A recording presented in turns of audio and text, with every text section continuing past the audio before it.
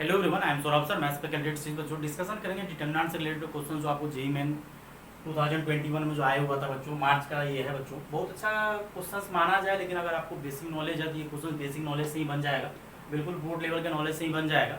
और ये मार्च आपको 2021 मार्च में जो आया हुआ है, स्पेशली ये मार्च का क्वेश्चन है बच्चों। तो पहला क्वेश्चन बच्चों है the maximum value of determinant sine square x 1 plus sine square x sine square x 1 plus cos square x cos square x cos square x cos 2x sin 2x का maximum value क्या होगा। अब यहाँ से क्या हुआ, थोड़ा सा डिटरमिनेंट का यूज तो हुआ ही हुआ है, डिटरमिनेंट के बाद मैक्सिमम वैल्यू का यूज, मैक्सिमम वैल्यू आपको पूछ रहा है। इसका मतलब ये है कि इस क्वेश्चन में ट्रिग्नोमेट्री का थोड़ा यूज आएगा। तो इस क्वेश्चन में बस यही अंतर है कि आपका ये क्वेश्चन आपका डिटरमिनेंट से और आपका ट्रिग्नोमेट्री दोनों से रिलेटेड है।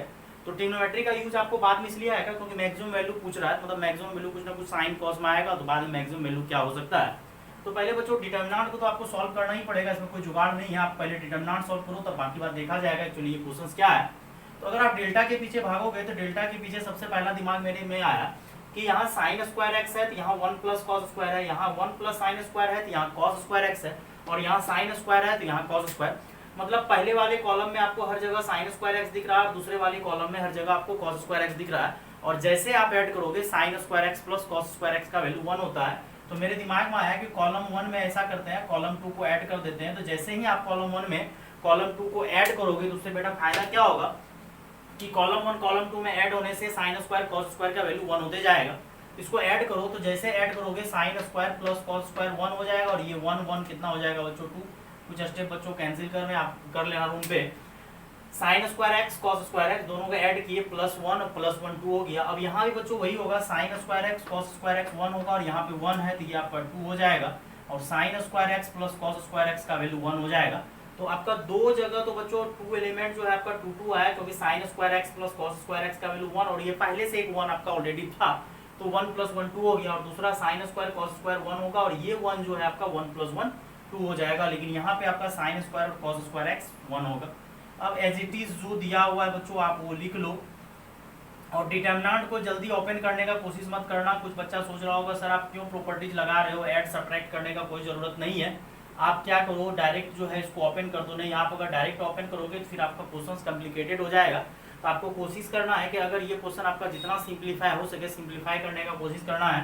तो यहाँ से आप क्या करते हैं बच्चों, रो वाइज ऑपरेशन करते हैं। तो R1 में से R2 को सब्ट्रैक्ट करते हैं, और जैसे R1 में से R2 सब्ट्रैक्ट करोगे तो यहाँ भी 0 बनेगा और यहाँ भी 0। अब इसके बाद 0 बनाने का कोई जरूरत नहीं है, बस इतना ही से काम चल जाएगा। और भी सब्ट्रैक्शन करना है कर सकते हो, लेकिन कोई जरूरत नहीं है, रहने देते हैं। और 2 में से 2 जाएगा 0, और cos स्क्वायर एक्स कैंसिल, यहाँ 1 बचेगा, और cos 2x में से cos 2x जाएगा 0। अब कोई प्रॉपर्टी मत लगाओ क्योंकि टाइम पास होगा ज़्यादा प्रॉपर्टीज लगाने से। और बच्चों ये आपका cos स्क्वायर एक्स और ये आपका cos 2x और ये sin 2x। अगर और भी प्रॉपर्टीज लगाने का किसी को मन था तो लगा सकते थे। R1 में से R2 सब्ट्रैक्ट किए तो R2 में से R3 करते थे, तो ये यहाँ एक पार्ट 0 हो सकता था। कोई दिमाग लगाने की जरूरत नहीं है। यहाँ प्लस, यहाँ माइनस, यहाँ प्लस। अब ये डिटरमिनेंट आराम से खुल सकता है, क्योंकि कोई भी रो या कोई भी कॉलम में अगर आपका 2 0 अवेलेबल हो जाए तो इससे बेस्ट कुछ नहीं हो सकता 3/3 में। अब यहाँ से बच्चों एक तो 0 ही हो गया, दूसरा -1 जब लोगे तो ये बंद, तो यहाँ 2 आएगा, यहाँ 1 आएगा, और यहाँ cos 2x आएगा। वो जो आसानी तरीके से क्वेश्चन बन सकता है। और फिर प्लस 0, और ये माइनस तो रहेगा ही रहेगा, और ये बन जाएगा बच्चों आपका 2 sin 2x minus cos 2x, क्योंकि पहले मेन डायगोनल को मल्टीप्लाई करेंगे देन सेकेंडरी डायगोनल को मल्टीप्लाई करेंगे। और फिर अगर माइनस अंदर डालना है तो आप माइनस अंदर डाल दो, तो ये cos 2x माइनस कितना हो जाएगा बच्चों 2 sin 2x। तो ये आपका डेल्टा आ गया, जो कि फंक्शन ऑफ एक्स है। तो जेईई के एग्जाम में fx आई थिंक लिखा हुआ था। अब ये फंक्शन ऑफ एक्स है। अब जाके आपको बोल रहा है कि इसका मैक्सिमम वैल्यू क्या होगा। तो मैक्सिमम वैल्यू बच्चों आपको थोड़ा सा ट्रिग्नोमेट्री के पीछे जाना पड़ेगा कि ट्रिग्नोमेट्री अगर कोई फंक्शन fx रहता था, a sin x plus b cos x, अगर इस तरह का अगर कोई फंक्शन रहता था, थोड़ा सा नॉलेज होना चाहिए। और ये क्वेश्चन भी आपका वही सेम है, यहाँ 2x है और यहाँ भी 2x है, बस वहाँ आपको थोड़ा सा याद रखना चाहिए कि f ऑफ x अगर कोई फंक्शन दिया हुआ है a sin x plus b cos x, तो इसका वैल्यू जो होता है square root a square plus b square minus से लेके बच्चों ये आपका कहाँ तक जाएगा बच्चों, प्लस तक जाएगा, square root a square plus b square root. ये अगर आपको याद है तो ये क्वेश्चन बहुत आसानी तरीके से बच्चों आपको बन सकता है कि ये cos 2x है तो ये sin 2x है। दिमाग लगाओगे तो यहाँ दोनों जगह एंगल सेम है, यहाँ भी 2x है और यहाँ भी 2x है। तो डेल्टा का वैल्यू जो आपका लाई करेगा बच्चों, डेल्टा का वैल्यू लाई करेगा स्क्वायर रूट ए स्क्वायर प्लस बी स्क्वायर। ए का वैल्यू यहाँ पे 1 है, कॉस के आगे 1 मानो, किसी का आगे और यहाँ पे -2 है, और सेम एज इट इज यहाँ माइनस से स्क्वायर रूट हो जाएगा और यहाँ पे आपका हो जाएगा प्लस। तो यहाँ से बेटा सॉल्व करोगे तो ये 2 4 कितना हो जाएगा 5, और ये हमको मैक्सिमम बोला है तो मैक्सिमम वैल्यू √5 होगा। अगर मिनिमम पूछता तो मिनिमम जो है बच्चों मैक्सिमम तो आपका √5 हो गया, अगर मिनिमम बोलता √5 आगे माइनस लग जाता, माइनस होगा √5। तो ये क्वेश्चन बच्चों आपको जेईई के एग्जाम में बहुत आसानी क्वेश्चन आता है, बस आपको अप्लाई करना है एक्चुअली कैसे बनेगा। बस ये क्वेश्चन में क्या था कि दिखने से ही जैसे ही मैक्सिमम वैल्यू का बात आया दिमाग में आया कि ये डिटरमिनेंट का यूज तो करवा ही रहा है, और डिटरमिनेंट देखो कितना आसान है, यही सब घुमा फिरा आते रहता है कि आपके दिमाग में खटाक आना चाहिए कि sir sin square cos square जोड़ने से 1 होगा। बस यहाँ 2 जगह आपका 2 बन रहा है और लास्ट में जो है यहाँ 1 बन रहा है, और सब्ट्रैक्शन कर दिए, ज्यादा माथा पच्ची नहीं किया, R1 में से R2 सब्ट्रैक्ट किए, यहाँ 0 बन गया, यहाँ 0 बन गया, तो कोई दिमाग नहीं लगाना, कोई भी रो या कोई भी कॉलम में आप अगर 2 0 बना लेते हो क्वेश्चन आसान है, और ओपन कर दिए। और दोनों एंगल सेम है, यहाँ भी 2x है, यहाँ भी 2x है, इसको हाफ एंगल में चेंज करने का कोई जरूरत है, सीधा प्रॉपर्टीज लगा देंगे, √a² + b² माइनस से लेके प्लस, तो मैक्सिमम वैल्यू √5 आएगा, मिनिमम वैल्यू -√5 आएगा। तो बच्चों ये क्वेश्चन नोट करो। फिर अगला क्वेश्चन जो आपको दिया हुआ बच्चों, ये आपका लीनियर इक्वेशन जो देता है क्रेमर्स रूल, जो कि यूट्यूब प्लेलिस्ट में अगर आप जाओगे डिटरमिनेंट के प्लेलिस्ट में क्रेमर्स रूल दिया हुआ, इसको पहले आप नोट करो, इरेज करते हैं इसको। तो अगला क्वेश्चन भी ऐसा नहीं है कोई हार्ड है, आपको क्रेमर्स रूल थोड़ा आना चाहिए। अगर कोई बच्चा को देखना है क्रेमर्स रूल डीपली, अपना यूट्यूब चैनल में दिया हुआ है, आप जाके देख सकते हो और व्हाट्सअप कर सकते हो। अगर कोई भी तरह का डाउट हो तो जरूर व्हाट्सअप कर सकते हो, हमेशा आपको अवेलेबल, और ऑफलाइन क्लासेस भी चलता है। और जो यूट्यूब चैनल को सब्सक्राइब नहीं किया जरूर सब्सक्राइब कीजिए, अपने दोस्तों में शेयर कीजिए। तो ये क्वेश्चंस को यही बच्चों बनाते हैं। क्या क्वेश्चन देखो, सॉल्यूशन अगर करोगे, आपका इक्वेशन दिया हुआ बड़ा लाजवाब इक्वेशन लिखा हुआ है, के जो है मूव कर रहा है। देखो पहला इक्वेशन ये है, अगला इक्वेशन है ये, देखो कितना अच्छा तरीके से दिया हुआ है।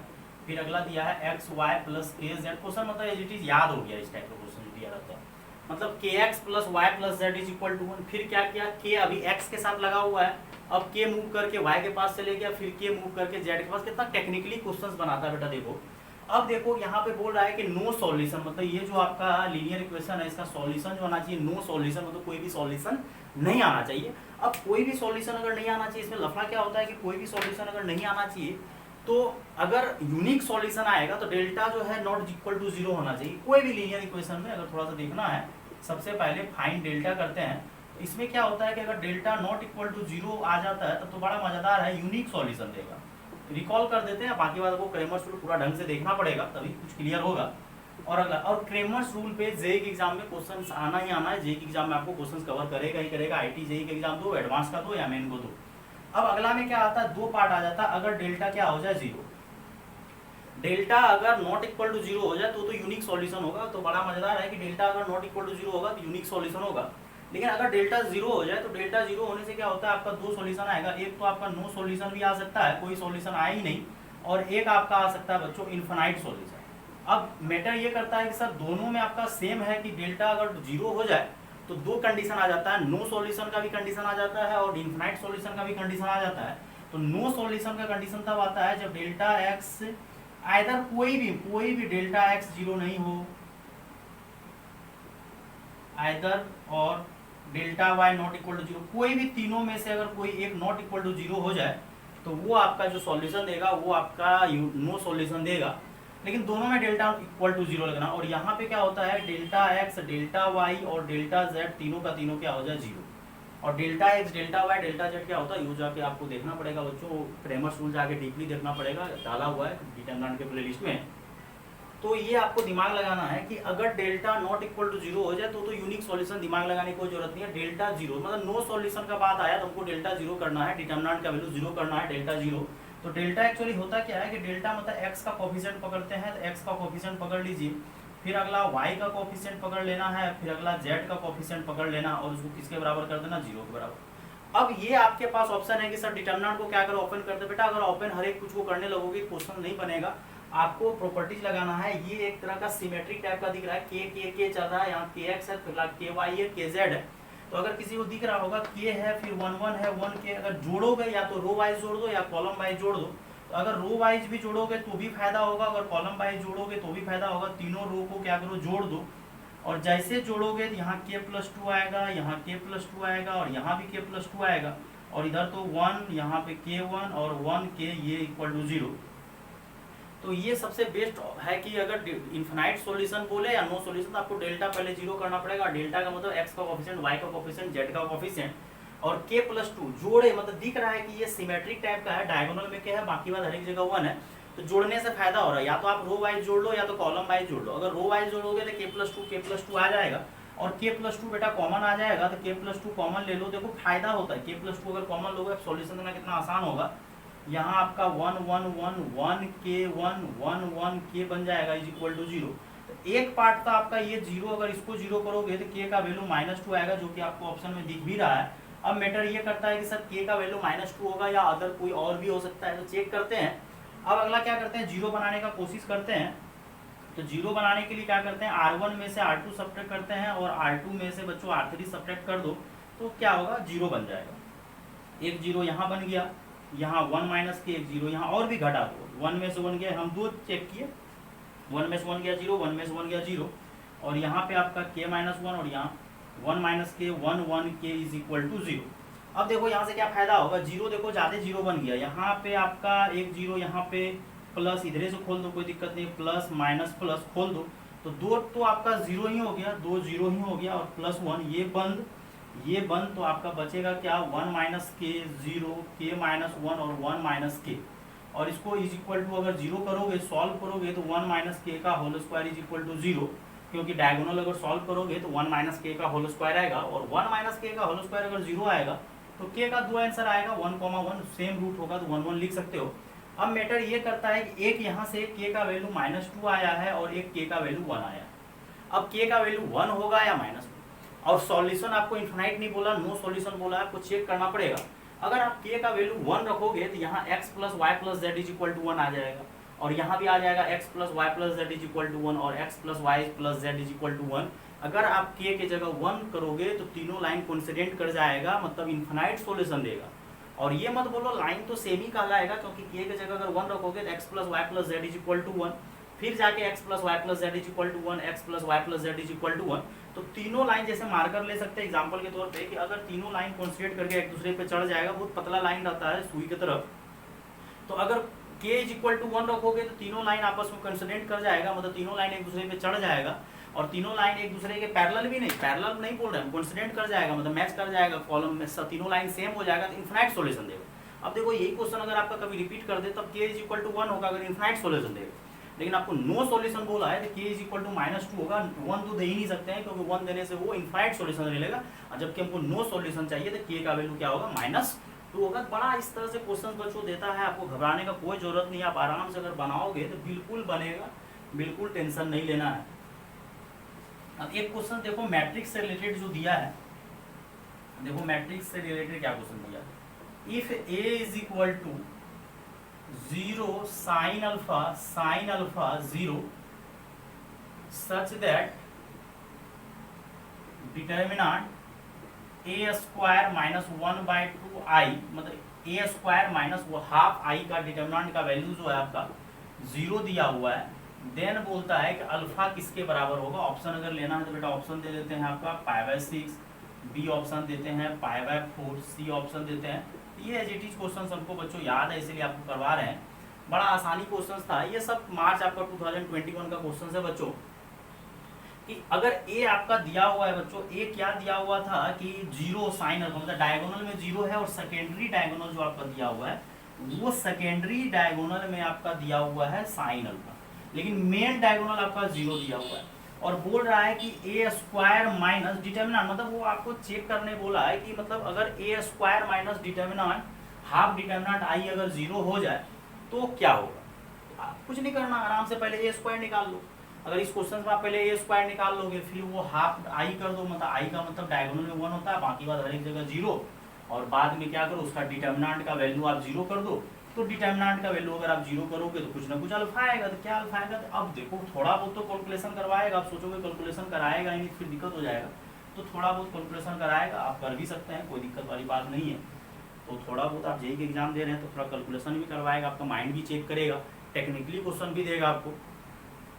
बहुत सारा बच्चा ट्राई भी कर लिया होगा कि आपका ए दिया हुआ है और आपको बोल रहा है ए स्क्वायर, तो ए स्क्वायर कर लेते हैं, कोई दिक्कत नहीं है। 0 साइन अल्फा और ये आपका जो है मैट्रिक्स है, ये इस तरह से हम हमेशा क्लास में बच्चों को डिस्कशन किए हैं कि आपको क्लोज ब्रैकेट में भी, मतलब बिग ब्रैकेट जिसको आप लोग बोलते हैं, उसमें भी मैट्रिक्स को रिप्रेजेंट किया जाता है। Open bracket that is small bracket, उसमें भी मैट्रिक्स को डिनोट किया जाता है। और आपको डबल वर्टिकल बार में मैट्रिक्स को कभी कभी बीटेक करोगे, ग्रेजुएशन करोगे, बीएससी करोगे, वहाँ मिल जाएगा। लेकिन ज़्यादातर जेईई एग्जाम में आप लोगों को क्लोज और ओपन दोनों ब्रैकेट यूज करता है। और हमको ए स्क्वायर निकालना है, मतलब ए को आपको 2 बार लिखना है तो 2 बार लिख दो। तो ये सब आपको जानकारी होना चाहिए। और हम जब भी क्लास बच्चों डिस्कशन करते हैं जरूर बोलते हैं हाँ दोनों ब्रैकेट ही चलता है। अब यहाँ से क्या करना है, पहले वाले को हॉरिजॉन्टल घेरना है और दूसरे वाले को वर्टिकल। ये इससे जाके मल्टीप्लाई होगा, फिर उससे, तो ये 0 जाके 0 से मल्टीप्लाई होगा 0, और साइन अल्फा से मल्टीप्लाई होगा तो साइन स्क्वायर अल्फा। फिर ये 0 जाके साइन अल्फा से मल्टीप्लाई होगा 0, साइन अल्फा 0 से 0। तो ये आप फटाक फटाक कर सकते हैं। साइन अल्फा 0 आप सेकेंड रो के साथ भी करेंगे, ये सब आना चाहिए अगर आप जेईई की तैयारी कर रहे हो। अब साइन अल्फा जाके आपका साइन अल्फा से मल्टीप्लाई होगा साइन स्क्वायर अल्फा प्लस 0। अब ये फाइनली आपका ए स्क्वायर आ गया साइन स्क्वायर अल्फा 0 0। देखो बड़ा लाजवाब है, बड़ा लाजवाब मैट्रिक्स इसलिए है, ये मैट्रिक्स हमेशा जेईई वाले कभी काल कवर करते रहता कि मैट्रिक्स जो दिया हुआ था उसका सेकेंडरी डायगोनल दिया था, मेन डायगोनल 0 था, लेकिन जब मल्टीप्लाई किया तो मेन डायगोनल आ गया साइन स्क्वायर अल्फा, और साइन स्क्वायर अल्फा और सेकेंडरी क्या हो गया 0 हो गया। अब जाके डिटर्मिनेंट, हम लोग डिटर्मिनेंट कैसा करते हैं ना, सिंबल ही देते हैं, क्या जरूरी है लिखने का कि डिटर्मिनेंट अंग्रेजी लिखने का कोई जरूरत नहीं है। साइन स्क्वायर अल्फा मतलब ए स्क्वायर साइन स्क्वायर अल्फा 0 0, ए स्क्वायर हम निकाल चुके हैं, और माइनस हाफ, और आई का मतलब 1 0 0 1, और आई तो आपका 2/2 बोलेगा तो 2/2 का यूज कर सकते हो, जो बोलेगा आप यूज कर सकते हो, कोई दिक्कत नहीं है। अब थोड़ा सा पहले मल्टीप्लाई कर लो, और ये रहने तो अभी matrix sign square alpha 0 0 sign square alpha, और ये हाफ से मल्टीप्लाई करोगे हाफ 0 0 हाफ का डिटर्मिनेंट इज इक्वल टू 0। अब ये सब्ट्रैक्ट हो जाएगा तो बच्चों सेम पोजीशन वाला एलिमेंट सब्ट्रैक्ट होगा, 0 0 में से 0 जाएगा 0, और यहाँ पे हो जाएगा बच्चों साइन स्क्वायर अल्फा माइनस 1/2 का डिटर्मिनेंट। और मैट्रिक्स को सॉल्व कर दिए, प्लस माइनस में जो भी था, और अगर मैट्रिक्स में आपका डिटर्मिनेंट लगता है तो डिटर्मिनेंट लग जाएगा, मैट्रिक्स हट जाएगा, और यहाँ हो जाएगा बच्चों पूरा बेसिक तरीके से एक कंसेप्ट बच्चों हम यूज कर रहे हैं। और 0 0, और ये ब्रैकेट जो दे रहे हैं बच्चों ये हम छोटी ब्रैकेट यूज कर रहे हैं, और यहाँ से डिटर्मिनेंट को खोलोगे मल्टीप्लाई होगा तो साइन स्क्वायर अल्फा माइनस 1/2 का whole square is equal to 0। यहाँ से बच्चों साइन स्क्वायर अल्फा माइनस 1/2 को 0 होना पड़ेगा, और sine square alpha is equal to 1/2, और यहाँ से हर एक एंगल जो दिया हुआ है एक्यूट एंगल ही दिया हुआ है, मतलब 90 के लमसम में सब दिया हुआ है π/2 से छोटा, तो sine alpha is equal to हो जाएगा प्लस माइनस 1/√2 हो जाएगा, क्योंकि जब आप स्क्वायर हटाओगे तो sine alpha is equal to आपका हो जाएगा प्लस माइनस 1/√2, तो अल्फा इज इक्वल टू हो जाएगा प्लस माइनस π/4। अब आपको देखना है कि एक्चुअली कौन सा ऑप्शन दिया हुआ है, π/4 पॉजिटिव एंगल दिया है, पॉजिटिव एंगल ही, तो sine alpha is equal to plus minus. तो कुछ नहीं किए हैं, बस सॉल्व किए हैं, कोई भी ऐसा नहीं है बड़ा डेंजर टाइप का काम किया। हाफ से मल्टीप्लाई हुआ है मैट्रिक्स में, फिर सब्ट्रैक्ट हुआ है, देन आपको सॉल्व किया। Sine square alpha is equal to 1/2 आया, साइन अल्फा 1/2 नहीं आया।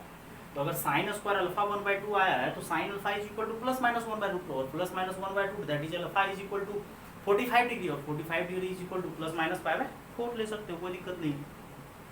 तो ये सब टाइप का बच्चों जेईई एग्जाम नोट कर लो इसको, ये सब टाइप का क्वेश्चन जेईई एग्जाम में आते रहता है, हमेशा आता है। आपको पूरा पेपर नहीं अटेम्प्ट करना है, आप ये सोच को तो बिल्कुल मत जाओ कि 100% क्वेश्चन सही होना है तो ही जेईई का एग्जाम में परसेंटाइल आ सकता है, रैंक आ सकता है।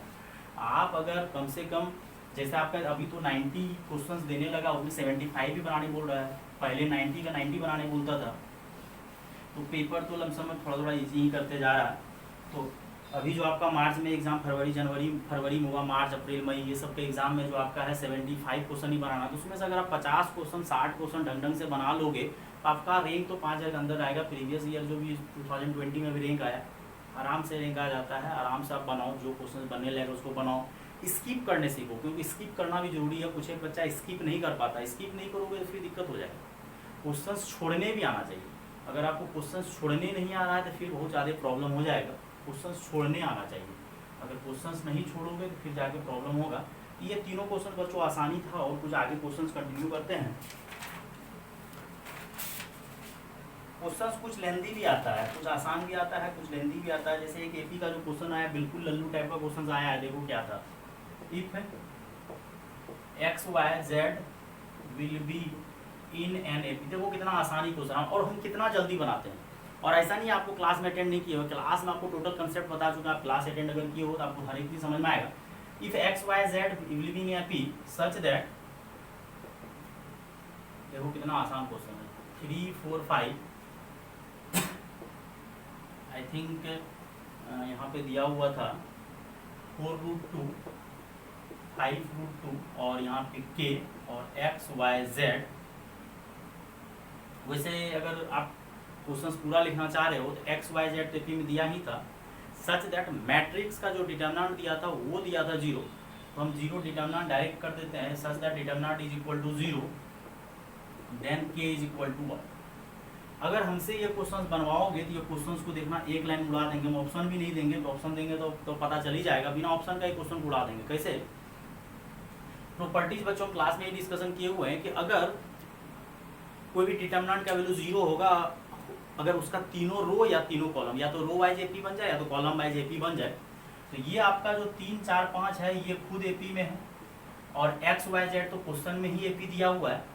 खटाक मतलब एक लाइन बनाएंगे, सॉल्व नहीं करेंगे, अगला हम सॉल्व भी कर देते हैं, आपको कोई दिक्कत नहीं है, सॉल्व भी कर देते हैं, लेकिन एक लाइन में बिल्कुल तुरंत क्वेश्चन बनेगा कि एक्स वाई जेड अगर एपी में है, तो अगर एपी में है एक्स वाई जेड, ये एपी में है 3 4 5, तो अंधा होकर सबको दिखेगा कि वो एपी में है, क्योंकि 3 4 5 कॉमन डिफरेंस 1 है और वो एक्स वाई जेड तो बोल ही दिया है कि एपी है। अगला अगर आपको अगर डिटर्मिनेंट का वैल्यू 0 करना है और अगर 2 रो या कोई 2 कॉलम एपी है, तो अगला तीनों को एपी में होना पड़ेगा जो प्रॉपर्टीज है, तो इसको भी क्या होना पड़ेगा, एपी में होना पड़ेगा। तो मतलब k का वैल्यू हो जाएगा आपका 6√2, क्योंकि 4√2 5√2 देन 6√2। देखो तुरंत हम बना गाएंगे और हमेशा क्लास में चिल्ला चिल्ला बोलेंगे कि ये सब आपका प्रोग्रेशन का ये डिटर्मिनेंट, ये सब रूल बड़ा बढ़िया है कि आपका यूज होते रहा, मतलब कोई भी डिटर्मिनेंट का पूरा रो या तो रो वाइज एपी बन जाए या कॉलम वाइज एपी बन जाए, डायरेक्ट आंसर 6√2 आप आंसर मार के ठीक आ सकते थे। चलिए सर इसको बनाना है, अगर पूरा ढंग से बनाना है तो क्या करते हैं, R1 को चेंज कर देते हैं, R1 में R3 जोड़ के R2 घटा देते हैं डबल कर। R1 में क्या करना है, R3 को जोड़ना है तो 5 3 8 और इसको डबल कर दो। अब बोलेगा सर आपके दिमाग में ऐसा क्यों आया कि फर्स्ट और थर्ड को जोड़े और सेकेंड वाले को आप डबल किए, क्योंकि आपको बच्चों प्रॉपर्टी जाना चाहिए कि एपी में कंसेप्ट होता है मिडिल का डबल आजू बाजू का सम होता है, जो कि हमको बहुत अच्छे तरीके से आता है कि अगर जैसे आपको क्वेश्चंस में दिया हुआ है कि एक्स वाई जेड आपका किस में है, एपी में है, अगर एक्स वाई जेड एपी में है तो मिडिल का डबल हो जाएगा और आजू बाजू का सम हो जाएगा। तो वही काम हम कर देते हैं, क्या काम करते हैं कि R1 और R3 को ऐड करेंगे और मिडिल वाले को जो है बीच वाले को डबल करके सब्ट्रैक्ट करेंगे। देखो क्या होगा, 5 3 8 और 4 को 0।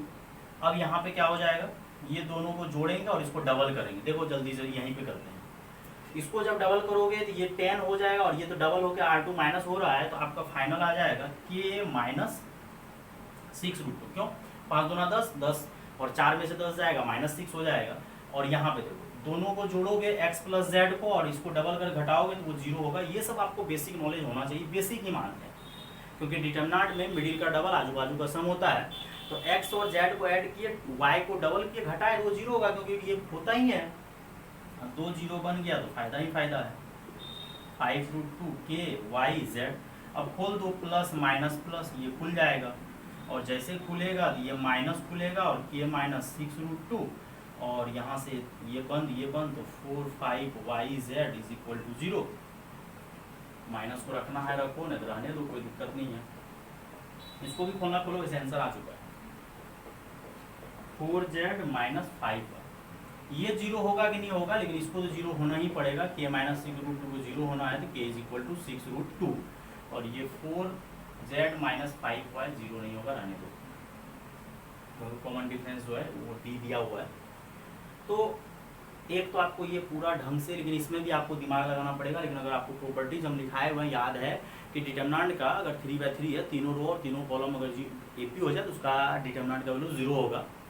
तो 3 4 5 आपका एपी दिया होता है, यहाँ कुछ और भी रहता है एपी के जैसा रहता है, तो ये एपी रहता है और ये एक्स वाई जेड एपी है तो इसको भी एपी होना पड़ेगा। तो 4√2 5√2 तो इसको k को 6√2 होना पड़ेगा, तुरंत बन गया एक लाइन में, नहीं तो आपको फिर पूरा सॉल्व करना पड़ेगा। नेक्स्ट क्वेश्चन बच्चों थोड़ा सा एपी घुसाया है, क्या क्वेश्चन को लिखना पड़ेगा बच्चों। लॉग,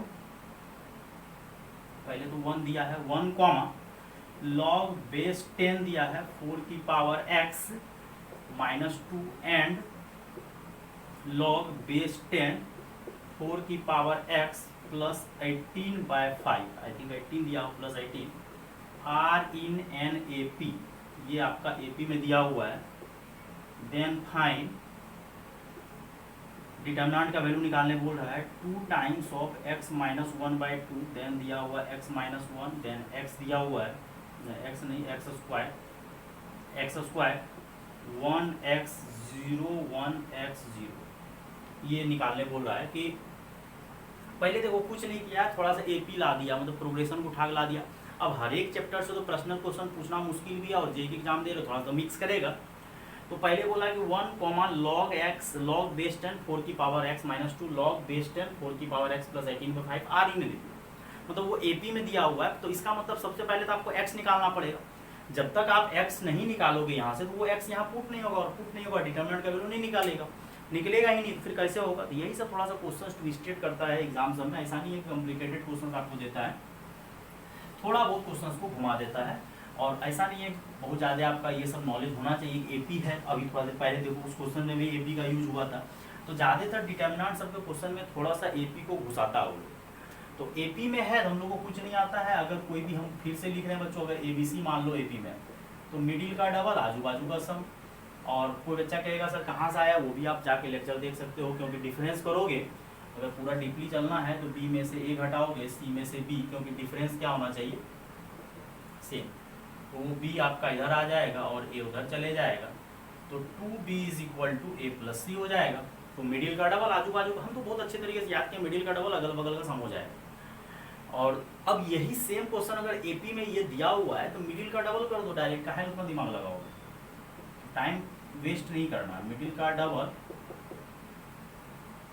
और अगल बगल जो आजू बाजू आपका दिया होगा उसका सम करो, 4 की पावर x प्लस 18/5। अब देखो इधर वाले में क्या होगा, ये तो आपका पावर में चले जाएगा, 4 की पावर x माइनस 2 का। अब यहाँ पे लफड़ा हो रहा है, तो इसको क्या करो तुम, log 10 बेस 10 तो लिख सकते हो इसके बराबर, क्योंकि आपको log जो है इनटू से प्लस होता है, प्लस से डिवीजन से माइनस होता है।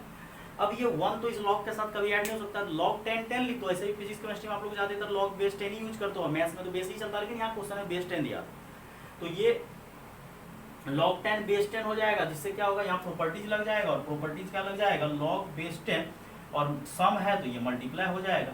अब यहाँ से देखो फायदा क्या होगा कि अब ये दोनों log को कैंसिल कर दो, क्योंकि ये पावर ऊपर चले गया, तो log जो है पावर आगे फेंकता, पावर ऊपर चले गया, और यहाँ से आ गया आपका 4 की पावर x माइनस 2 का होल स्क्वायर, और 10 टाइम्स ऑफ 4 की पावर x प्लस 18/5। अब यहाँ से क्या करो, लेट 4 की पावर x को t मान लो, क्योंकि फिर मुसीबत हो जाएगा, अगर आप t नहीं मानोगे फिर क्वेश्चन आपका कॉम्प्लिकेटेड हो जाएगा, t मान लो, और t मानोगे तो ये हो जाएगा आपका t माइनस 2 का होल स्क्वायर, और 10 टाइम्स ऑफ 4 की पावर x को कोई बच्चा ढोगे फिर जाके मुसीबत बनेगा, और यहाँ हो जाएगा T square minus 4t plus 4, और 10 एलसीएम लोगे 5, तो यहाँ 5t प्लस 18, और ये आपका 2 टाइम्स कट जाएगा। थोड़ा सॉल्व करते हैं, ऊपर थोड़ा इरेज करते हैं, और थोड़ा बहुत देखो प्रॉपर्टी सब आपको याद रहना चाहिए, और हर एक का बेसिक नॉलेज जो है होना चाहिए, नहीं रहेगा फिर दिक्कत हो जाएगा। देखो कहाँ तक गया है, ये आया है T square minus 4t plus 4, कुछ नहीं किया, ए माइनस बी का होल स्क्वायर लगा दिए हैं, और यहाँ पे आपका हो गया 10t, और ये हो जाएगा 36, आई थिंक 36 हो जाएगा। अब उसको उठा के इधर लाओ, T square minus 4t minus 10t plus 4 minus 36 equal to 0, और टी स्क्वायर माइनस 14t और माइनस 32 को टुकड़ा करोगे तो 16 दूना 32, 16 को 2 से मल्टीप्लाई करो 32 होगा। तो ये आपका T square minus 16t plus 2t करो, क्योंकि हमको निगेटिव लाना है, और यहाँ से t कॉमन लोगे तो ये t माइनस 16 हो जाएगा, यहाँ से 2 कॉमन लोगे तो ये t माइनस 16। थोड़ा सा बच्चों इरेज करते हैं, उसका जरूरत भी नहीं है, कुछ उसका यूज कर चुके हैं, कि अगर वो एपी में है उसका ऑलरेडी यूज हो चुका है। अब यहाँ से t का 2 वैल्यू आएगा, वो आप पे डिपेंड करता है लेना क्या है, आप पे भी डिपेंड नहीं करता है, ऐसा नहीं सोचना कि आप पे डिपेंड करता है मतलब उससे कुछ ले लेंगे। तो यहाँ से t का वैल्यू माइनस 2 आएगा, और यहाँ से t का वैल्यू 16 आएगा, और 4 की पावर x माइनस 2 ये कभी नहीं हो सकता है, क्यों नहीं हो सकता है, और इसको लिख दो t की जगह 4 की पावर x, तो और 16 की जगह लिख दो 4 का स्क्वायर, तो x का वैल्यू आपका क्या आ गया मतलब इसमें कुछ भी मुसीबत नहीं था। मतलब सबसे पहले आपको x निकालना था। जब तक आप x नहीं निकालोगे तो जाके ये क्वेश्चन आपका नहीं बन सकता था। तो पहले AP का कंडीशन लगाया, फिर ये डिटर्मिनेंट बोल रहा है कि नहीं भाई डिटर्मिनेंट भी हमको करके दिखा। अब यहाँ से क्या करते हैं, डायरेक्ट आते हैं x का वैल्यू 2 ये नहीं ले सकते हैं, क्योंकि 4 की एक्सपोनेंशियल फंक्शन कभी नेगेटिव नहीं होता, ऊपर ही चलता है वो। देयरफॉर डेल्टा x का वैल्यू 2 आया, रख दो 2, जहाँ जहाँ x है वहाँ 2 रख दो, और 2 का स्क्वायर यहाँ 1, यहाँ 2, यहाँ 0, यहाँ 1, यहाँ 2। अब ये डेल्टा हो गया। मतलब क्वेश्चन कुछ नहीं किया, पहले बोला भाई x निकालो, देन बोला कि यार डिटर्मिनेंट भी घुसा देते हैं, और देन आपको डिटर्मिनेंट का वैल्यू जब निकालने बोला तो डिटर्मिनेंट का वैल्यू निकालो। और डिटर्मिनेंट का वैल्यू जब निकालोगे तो ये सॉल्व करोगे, 4 1 3 नीचे से कट जाएगा, ये 3 हो जाएगा, ये 1 ये 2, 1 0 1 4 2 1। अगर किसी को 0 बनाना है बनाओ, नहीं तो ओपन करना है ओपन ही कर दो, ये प्लस ये माइनस ये कर दो, 3 जल्दी जल्दी, ये बंद 0 -2, फिर -1 ये बंद 1 -4, फिर +4 ये बंद 1 -0, ये -6 हो जाएगा, 4 -3 माइनस प्लस, और यहाँ तो कितना आ जाएगा, आई थिंक 1 आएगा। देख लेना अगर कहीं कोई कैलकुलेशन, तो आंसर मेरा तो 1 आ रहा। देखो इस टाइप का बच्चों क्वेश्चन सब आपका एग्जाम में आता है, कॉन्फिडेंस लेवल हाई होना चाहिए, अच्छे से आप अगर एग्जाम दोगे तो आपका एग्जाम बहुत अच्छा जाएगा। यही सब टाइप का क्वेश्चन सब आता है, AP डिटर्मिनेंट यही सब डालते जाता है, कुछ ना कुछ लोग दिमाग लगाते जाता है, एंट्री करते जाते हैं। बस हम लोग को घबराना नहीं, अच्छे से बनाना है। और यूट्यूब चैनल को सब्सक्राइब कर दीजिए जो सब्सक्राइब नहीं किया, और जो ऑफलाइन क्लासेस ज्वाइन करना चाहते हैं कर सकते हैं बच्चों। Thank you.